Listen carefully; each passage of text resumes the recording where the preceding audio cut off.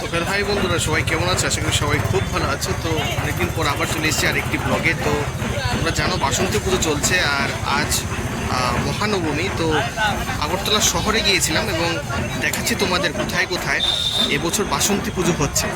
তো পুজো বলেই কথা, আর ব্লগ হবে না সেটা তো হতেই পারে না। তো স্বপ্ন ডায়েরিতে আবার চলে আসলাম তোমাদের সবার সঙ্গে একটি ছোট ব্লগ নিয়ে। তো সবাই সঙ্গে থাকবো আর দেখতে থাকবো কোথায় কোথায় বাসন্তী পুজো হচ্ছে আগরতলায়। চলো।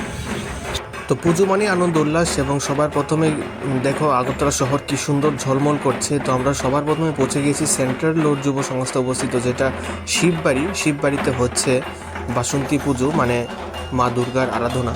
বাসন্তী মাসে মানে এই পুজো হয় বলেই এই পুজোর আরেকটি নাম বাসন্তী পুজো। তো সেক্ষেত্রে দেখো কত ধুমধাম করে কিন্তু পালিত হচ্ছে বাসন্তী মায়ের পুজো। তো তারপর আমরা এখান থেকে সোজা পৌঁছে গেলাম যেটা রয়েছে এমবিবি ক্লাব। তো এমবিবি ক্লাবে কিন্তু প্রত্যেক বছরের মতো এবছরও আয়োজন করা হয়েছিল বাসন্তী পুজোর। দেখো ডেকোরেশন কত সুন্দর হয়েছে। আর সত্যি এবছর বাসন্তী পুজোর মধ্যে সবথেকে সুন্দর কিন্তু আমার কাছে যে মূর্তিটা লেগেছে সেটা হয়েছে এই প্রতিমাটা। আর দেখো কি সুন্দর আরতি হচ্ছে। আর এমন একটা সময়ে পৌঁছেছিলাম যখন আরতি চলছিল, তো তখন তার দেখে কিন্তু সত্যি মনটা জুড়িয়ে গিয়েছিল। বেশ কিছুক্ষণ ছিলাম থেকে কিন্তু মায়ের আরতি অনুভব করেছি। খুব সুন্দর ছিল সেই মুহূর্তটা, ভালো লেগেছে।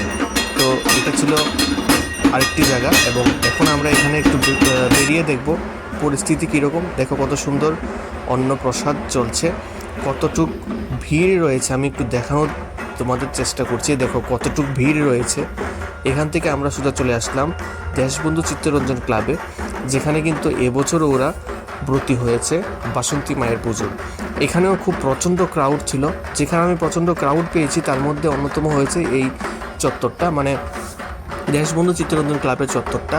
প্রচণ্ড ভিড় হয়েছিল, জ্যামও হয়ে গিয়েছিল। এখন আগরতলা শহরেও কিন্তু খুব ভালো ভালো বাসন্তী পুজো হয়।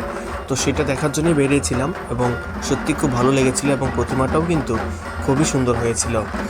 এখান থেকে আমরা বেরিয়ে আমরা গেলাম যে আমরা তরুণ দল, এবং যে রয়েছে শিবনগর মডার্ন ক্লাব, সে তার সংলগ্ন পুজোটাতে।